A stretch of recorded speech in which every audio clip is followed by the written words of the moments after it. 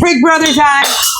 Oh my God. This is what happened. That was literally Jonah. You want to try that again? Definitely wasn't your fault. It was this one's fault right here. Jonah, you're done. For the record, the timing was just bad because I didn't touch that glass. Nope. Did you care about that glass? Nope. Oh, I'm good. You're not, actually. That's Kelly, because that's how I this is the reason roll. why we do not do this with the dogs. No. Kelly, no. No, we're not doing repeat number 2. Now you gotta start. Okay, one. You have to say like 1, 2, 3. Okay, cool. Was that the 1, 2, 3, or do I need to say 1, 2, 3? I think we're good. The episode begins with they're picking the players for the Power of Veto competition, and once again, Jimmy and Keanu get into it. This seems to be, the narrative of the season so far is Jimmy and Keanu, and through their little verbal sparring back and forth, Keanu gets frustrated, and what does he say? So he says, I'll pick you off. You guys all heard it. I'll pick you off one by one. These are the things, obviously, that I think most of us have a problem with. I'll pick you off one by one, and then if they want to follow you to their graves and so on. I try not to get on my soapbox, but this is the reason why I get so annoyed by some of these new players. You don't understand that this is a social game too. And so when you say something like that, number one, you're shooting yourself in the foot. Number two, nobody wants to align with someone like that. Even if they are aligned with you, they're going to say, okay, that's it. I'm washing my hands of Keanu because he is a loose cannon. He spews things out of his mouth that are completely like idiotic and abusive to other people. And I don't want to be aligned with that. And if you're not aligned with him, I mean, you're definitely not going to align with him. So what is he essentially doing? He's just buying time until he gets himself kicked out of the house. And he has no idea that he's doing that. That's the biggest problem for me is he thinks he knows what he's doing and he has no idea. So there's a gameplay strategy where certain players in the past who have done really well in the game have purposely made a target out of themselves because you tend to keep people in the house when they're a big target so you can hide behind them. So when players like Evil Dick and Josh, and there's been a lot more, purposely paint targets on themselves, this is a strategy that Will used a lot. They hide behind, or they're using that because people are going to want to keep them in the house because they're a bigger target, and then they start winning competitions, and then you can't get them out later on in the game. But I think in this situation, Keanu is not strategically making this decision. I think he is having an ego problem, and I think he's responding emotionally. Yeah, I think he has a clueless problem. Because, mark my words, anybody who has watched BB in the past knows that Will, all the people that you mentioned before, Evil Dick and Josh, they were doing that on purpose. That was actually their strategy. I don't think this is his strategy. Do you? No, that's exactly what my point was. Is I think he is just reacting emotionally and having an ego problem. But you don't stand up in week 2 and say, I'm going to pick each and every one of you off one by one. I like how Ashley was like, wow. Like afterwards, when they're having casual conversation in the kitchen, she's like, why would you say that? Like literally, why would you stand up and say that? Like you say you don't like drama, but then you say things like that invoke drama. And I agree with that. The weird thing about Keanu is he does seem like a nice guy. Like outside of the game, I would like Keanu. In what universe and in what timeline would you like Keanu? No, I would actually. Outside of the game, I would like Keanu. But the cluelessness of his gameplay is getting on my nerves. And I think it's getting on everyone else's nerves in the house. Okay? Mm-hmm. And Rachel kind of tied everything up in a little bow in her diary room, just basically saying that the more that these people start spewing out their idiocracy, essentially, then the target is off of her. Yep. She's like, I love all this drama. I can just stay in the background because by weeks 3 and 4, people aren't thinking, oh, we got to get Rachel out. She's a previous Big Brother winner. Now they're focusing on all the other drama, all the other fighting, and then they're trying to align with Rachel because they need numbers and they need power. Yeah, so guess what? Everybody who wants to be in BB in the future, you start taking notes, okay? Take notes now because that is a season's player. Okay, thank you. Case closed. What I also loved about, because Rachel had interactions with Keanu in the storage room, again, like these two just keep having these interactions. But what I love is Keanu was lying to her, and she saw through it. It was so obvious. Yeah. Because she's like, did you vote to save Amy? And he was like, wait, what? What'd you say? Okay, when someone's lying to you, the first thing they do is they ask you to repeat yourself because they're buying themselves time to think of a lie. So, number one. And then she repeated herself, and then he was ready for his lie. Then she goes, do you have a power? And he goes, no. And then it cuts to Rachel there, and she's like, I know he's lying to me. Like, I want to work with him, but I know he's lying to me. And what I was thinking when I was watching the episode, that's classic BB. Like the players from the past, it was hard to lie. It was hard to be deceitful because they were game players. And when it was happening in the storage room, I'm like, oh, Rachel, please see through this. And then I cut to the diary room. She's like, I know he's lying to me. I'm like, yes, that's why we root for you, Rachel. Yes. In all honesty, you guys, like for me, this is what's going to rope me back into Big Brother, at least this season anyway. That's as far as I'm going to go. I keep trying my best, okay, even though I complain a lot. All right, French fry.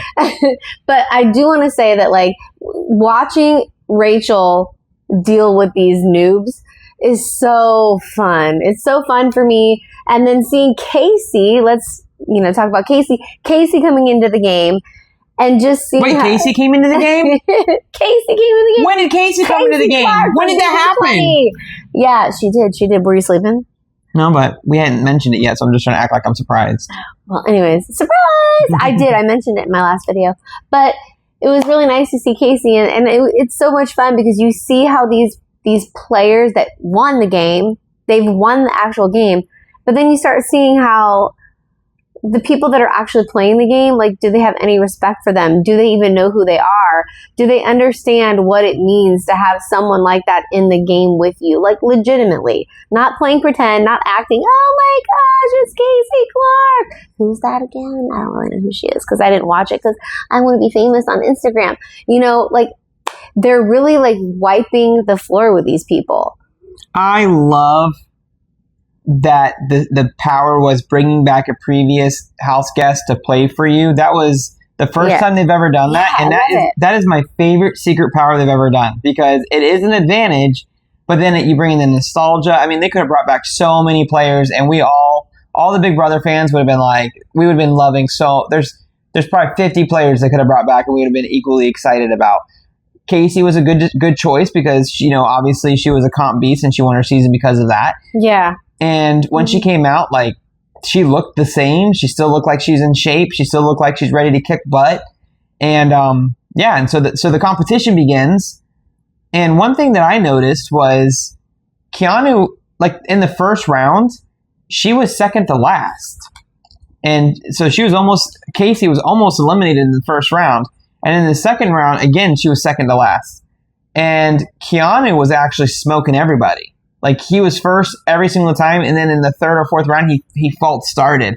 I believe if he didn't false start, he would have won the veto. So it's worth noting how athletic he was because he was dominating that competition. And there is, like, a case to be made that maybe he knows that he is, like, the strongest out of everyone. And, I mean, for the most part. But you can't the way that he looks anyways, okay? And he might look at himself in the mirror and think that too.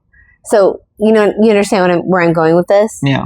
Like, he might think he has an edge over everyone else because in past BB, if you are the looks of what is a comp beast, okay? I think Casey is a comp beast, okay?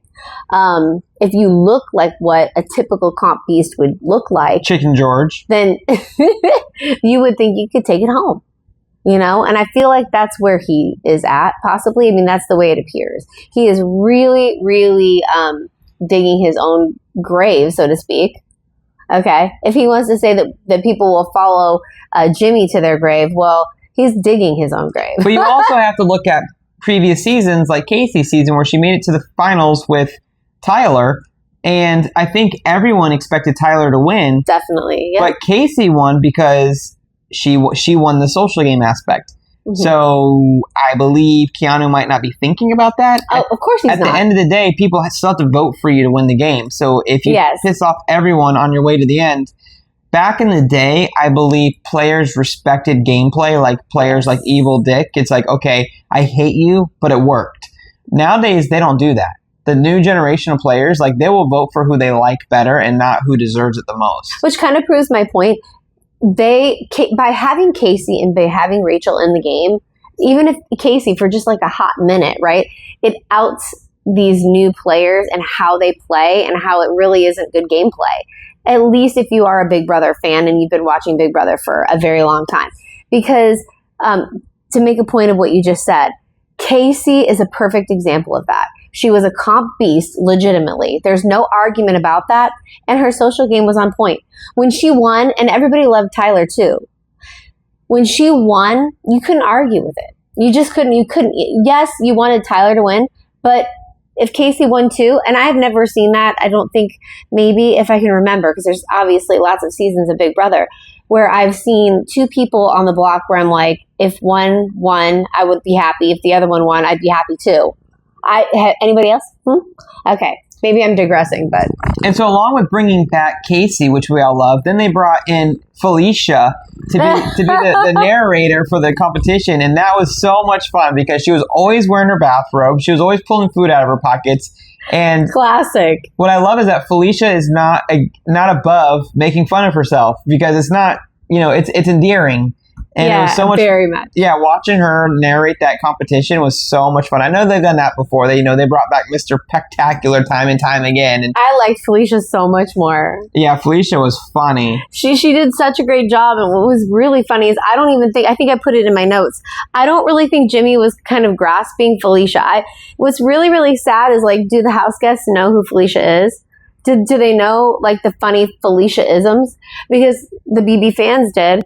And she was like her pulling out the things from her robe because she had talked about how she had food in her robe, and she was like, "Oh my gosh! Like, I've had this food in her season. I had this food in my robe all this time, and I didn't even know it." Like, she was stuffing things in her robe, and then of course she was wearing her robe. But she was a funny person. Now, one player that may have went under the radar a little bit. I don't know, Adrian, who made it all the way to the final round and went up against Casey one-on-one, which what a fun moment for him because he's a Big Brother fan, and he got to go one-on-one with Casey and was within a fraction of a second of beating her. So that was pretty cool. Ultimately he didn't come away with the win, but is Adrian, someone to keep an eye on? I think Adrian is someone to keep an eye on, and I do know, I'm just going to talk about Mickey just briefly. I really think Mickey is one to keep an eye on. I think her social game is really good so far. The girls right now, we can talk about that later in a later episode. They're starting to have a lot of girl quarrels, okay, in the BB house. And it's just a bunch of little drama. I hate her. I hate her. I don't like her, that type of stuff. But Mickey, when she said about Jimmy and how he put up Amy and he put up Will, was a really, really good, valid point. It's weak, but he's trying to act like he's all that. But he's putting up people that are absolutely 1,000% zero threats. Mm-hmm. And I have to agree with her on that. His game, he plays a big game with his words, but his actions don't really follow suit. And even Rachel said so in the end. She basically said, Jimmy is not putting up any threats. The only problem is what she doesn't know is that his biggest threat could actually be her which we could talk about that, if he went through with what Keanu was saying to put up Rachel. And then I was going to ask you, do you think that's a good gameplay on Keanu's part to want to put Rachel up and try to get Rachel out? I mean, if he was able to manipulate Jimmy to do that, that would be a good gameplay on his part, even though I would hate it. But counterpoint, I think that Jimmy had already taken a shot at Keanu, so now he has Keanu as an enemy. He put Adrian up, which they're not enemies, but he's probably thinking now Adrian's going to be coming after me. And now Kelly, it's like, okay, I got 3 people now, they're going to be mad at me. How many big names can he put up in 1 week and still survive? So going to easy names now because he's already taken big swings, got a lot of blood on his hands. Now he needs to put up people that he feels confident he can beat in a competition. I'm not against Jimmy's decision. I think that he did what he had to do. I'm trying to think about this for a second because Keanu, in my book, Keanu has put a target on his back anyway. He's going to be out before you know it. Unless he can pull a Tucker and win game after game after game after game. Kelly, she is a hot mess, okay? And then you've got Amy, you've got Will. They're not a threat. And Adrian, literally, out of everyone that's been put up on this block, Adrian is the only one. And up till recent, kind of, actually, has been considered somewhat of a threat. Disagree. I think Keanu has a really, really strong chance of winning the HOH next week, which then would be Jimmy would be the first one nominated to go on the block. So he already knows that one of the, like right now, if they're doing the wall competition, and I told you have $100, who do you think's going to win the wall competition? Wouldn't you strongly consider Keanu? No. Because sometimes with the wall competition, the strong guys don't last. Okay, bad example. What if it's another competition then that's athletic, you know? All I'm trying to say is that Keanu has a very strong likelihood of winning HOH next week. They haven't had an athletic one yet, so there is an opportunity for that, yeah. So Jimmy knows that. Jimmy knows that he's already got a really strong chance of going up. He wants to pick people he's pretty sure is not going to win HOH next week. So, well, I mean, Riley hasn't done anything like spectacular yet. I would kind of like to see Riley kick Keanu's butt because he's athletic. He's a rodeo king. Hello. Yep. Don't discount Riley. Okay, even though I'm not a Riley fan right now, but whatever. In fact, I might be if he does. If he kicks Keanu's butt. Casey wins the Power Veto, pulls off Keanu, so his power works out for him. And then Kelly uses her power, which now gives her an opportunity to play again for another veto. And so she had a puzzle. Now, how did you feel about how, I feel like she did that puzzle very cocky, like the way she was talking. Do you think she was doing that to keep her nerves under control, or do you think that was confidence? No, I actually think she has a lot of confidence in herself. I think some people just are like that. So she pulls her, Kelly. So she pulls herself off the block, and now, you know, like we said, Jimmy had to put up another, and he chooses Will. I don't know that he had a lot of options really, because what big name can he put up there that's not going to blow back in his face? I mean, he's aligned with pretty much everyone else in the house at that point. And so now we're going into the battle, the blockbuster, and we got Will versus Amy versus Adrian.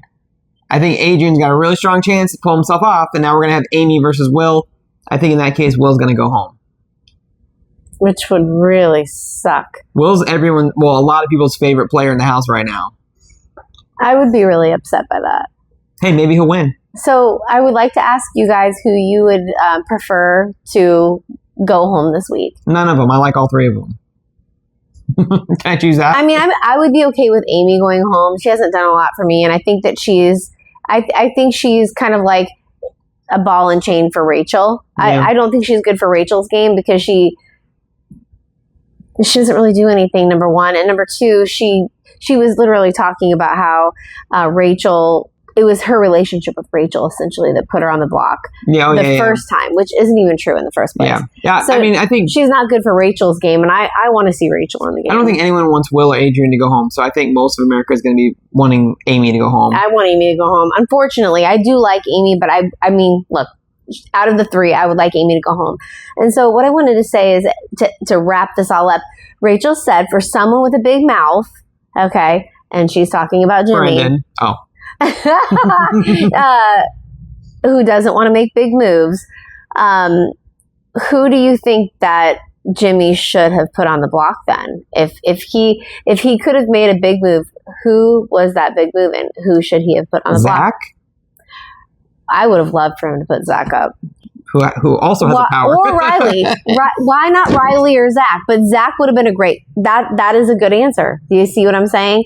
Unfortunately, it could have been Rachel because she doesn't know that Keanu was once again throwing her under the bus. But there you go. Yep. That would have been a good move. So tomorrow we find out who is going to win the blockbuster, and then we are going to find out who the new head of household is, or we'll find that out later. It's not live anymore. Well, it depends. I mean, sometimes we do. Sometimes we do find out who the HOH is, and then sometimes we don't. So we'll see, I guess. Yep. So we'll see you guys back here tomorrow. Hit the subscribe button, or I will fart in your general direction. We have 10 seconds left before I run out of storage on my phone. Let's run it out. We got 7 seconds. We have 5 seconds. Well, we got 4 seconds. Do something funny.